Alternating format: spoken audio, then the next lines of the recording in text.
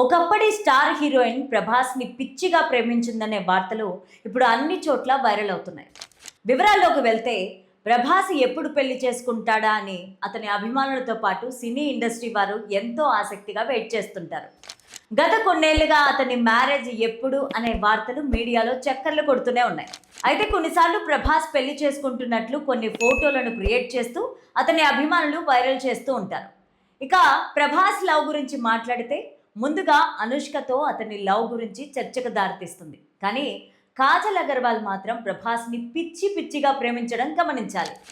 ఈమె ప్రభాస్తో డార్లింగ్ సినిమాలో జోడీగా నటించగా అప్పటి నుంచి కాజల్ ప్రభాస్ని ప్రేమించడం మొదలుపెట్టి ఆ తర్వాత మిస్టర్ పర్ఫెక్ట్ మూవీ షూటింగ్ సమయంలో కాజల్ తన ప్రేమ విషయాన్ని ప్రభాస్కి చెప్పగా ప్రభాస్ మాత్రం కాజల్ లవ్ ప్రపోజల్ని సున్నితంగా తిరస్కరిస్తూ ఇప్పట్లో తనకి పెళ్లి చేసుకునే ఉద్దేశం లేదని చెప్పగా కాజల్ మాత్రం వెనకడుగు వేయకుండా 10 ఏళ్ల పాటు తన కోసమే వెయిట్ చేస్తూ ప్రభాస్ కనపడినప్పుడల్లా తన లవ్ విషయాన్ని చెప్పగా ప్రభాస్ మాత్రం తరచూ తిరస్కరించడం, ఆ తర్వాత కాజల్ ఇంట్లో వారు తనని పెళ్లి కోసం ఫోర్స్ చేయడంతో వేరే దారి లేక కాజల్ తన ఫ్యామిలీ ఫ్రెండ్ అయిన గౌతమ్ని పెళ్లి చేసుకోవడంతో ప్రభాస్ కాజల్ లవ్ స్టోరీకి ఫుల్ స్టాప్ పడిందనే వార్తలు ఇప్పుడు వైరల్గా అవుతున్నాయి.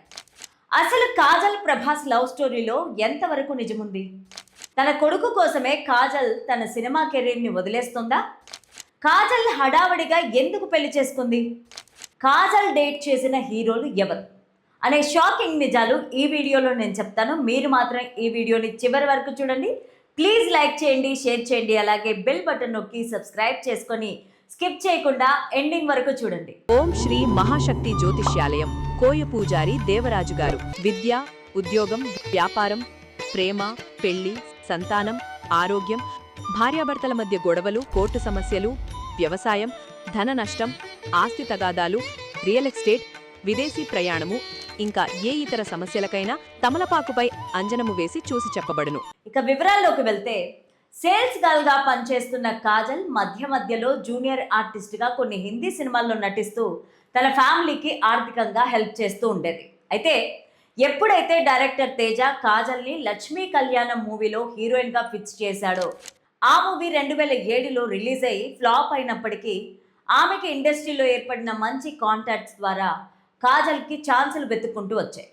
అలా కృష్ణవంశీ దర్శకత్వంలో చందమామ మూవీలో కాజల్ హీరోయిన్గా చేయగా అలా ఈ మూవీ రిలీజ్ అయ్యి హిట్ అవ్వడంతో కాజల్కి పౌరుడు, ఆటాడిస్తా అనే మూవీస్లో కూడా ఛాన్సులు వచ్చాయి.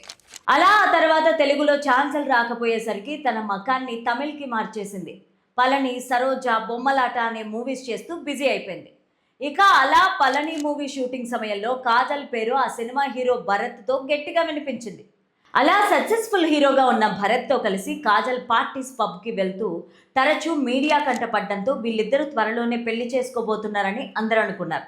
ఇక పళని మూవీ రిలీజ్ అయ్యి హిట్ అవ్వడంతో భరత్ కాజల్తో సినిమాల్లో నటించకుండా తనని పెళ్లి చేసుకోమని పెళ్లి ప్రపోజల్ పెట్టగా అందుకు కాజల్ తనకి ఇప్పుడిప్పుడే సినిమాల్లో ఛాన్సులు వస్తున్నాయని, తన తల్లిదండ్రుల్ని ఆర్థికంగా సెటిల్ చేశాకే పెళ్లి చేసుకుంటానని చెప్పడంతో ఇండస్ట్రీ గురించి పూర్తిగా తెలుసున్న భరత్ కాజల్తో 1 ఇయర్ డేట్ తర్వాత బ్రేకప్ చేసుకున్నాడు.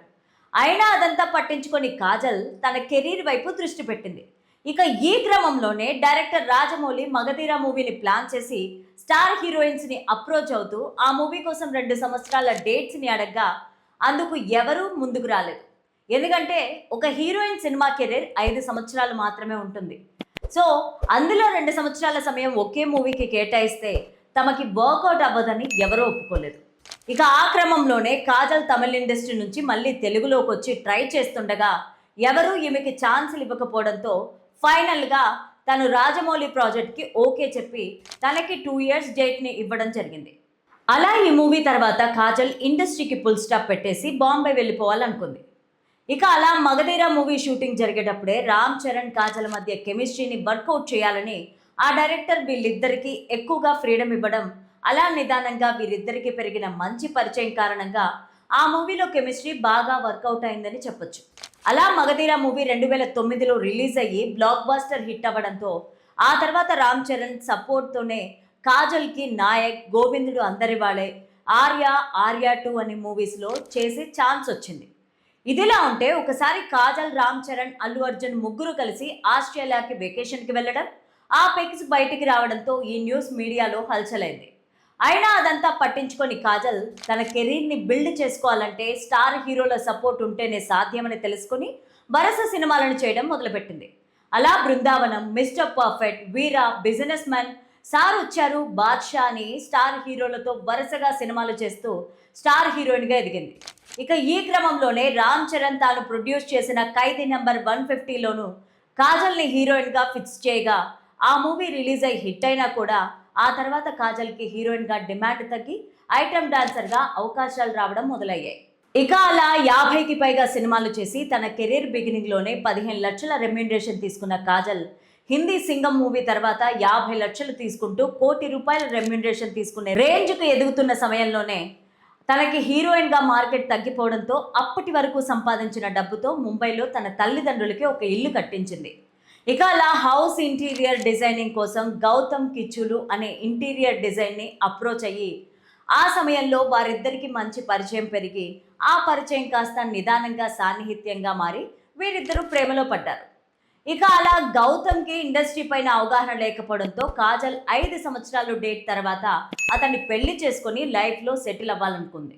లాక్డౌన్ టైంలో ఇరు కుటుంబ సభ్యుల సమక్షంలో 2020 జూలైలో వీరిద్దరూ పెళ్లి చేసుకొని అందుకు సంబంధించిన పిక్స్ని సోషల్ మీడియాలో అప్లోడ్ చేయడంతో చాలా మంది షాక్కి గురయ్యారు.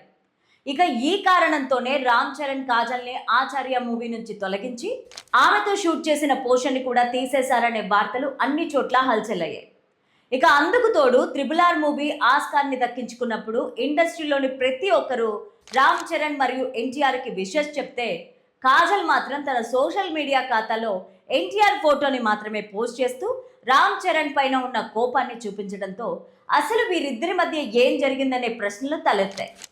ఇక ఈ వార్తలకి ఫుల్ స్టాప్ పెట్టాలని మెగా ఫ్యామిలీ రామ్ చరణ్ బర్త్డేకి కాజల్ని మరియు తన భర్తని ఇన్వైట్ చేయడంతో ఆ వార్తలకి ఫుల్ స్టాప్ పడ్డాయని చెప్పొచ్చు.